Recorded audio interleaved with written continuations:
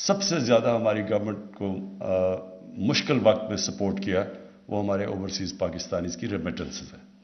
اور یہ ریمیٹنسز میں ایک تو اوورسیز پاکستانیز کا میں ہمیشہ سمجھتا ہوں ہمارا سب سے بڑا اثاثہ ہے، لیکن ان کے ہم نے جو اسٹیٹ بینک نے انسینٹیوز دیے اس سے بھی بہت ہمیں فائدہ ہوا. روشن ڈیجیٹل پاکستان اس کا فائدہ ہوا، اور اب یہ جو نئی سونی دھرتی ایک نیا انہوں نے انسینٹیوائز کیا ہے کہ بینکنگ چینلز کے تھرو ہمارے اوورسیز پاکستانیز پیسہ بھیجیں. تو اس کے لیے بھی میں رضا باقر آپ کو خراج تحسین پیش کرتا ہوں، کیونکہ یہ بڑا ہمیں بہت پہلے کر دینا چاہیے تھا. مجھے افسوس تو یہ ہے کہ ہم 3 سال کے بعد کر رہے ہیں.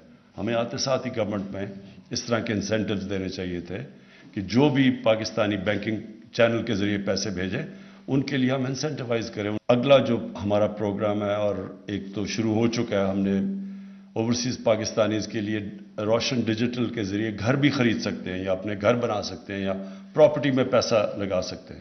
انشاءاللہ ان کے لیے ہم اور بھی انسینٹیوائز کریں گے کہ ریل اسٹیٹ میں جب وہ انویسٹ کریں گے تو انشاءاللہ ہم ٹیکس میں بھی ان کو چھوٹ دیں گے، تاکہ ادھر بھی یہ بھی ہم ایک پلان لانے لگے ان کے لیے تاکہ وہ اور انویسٹ کر سکیں.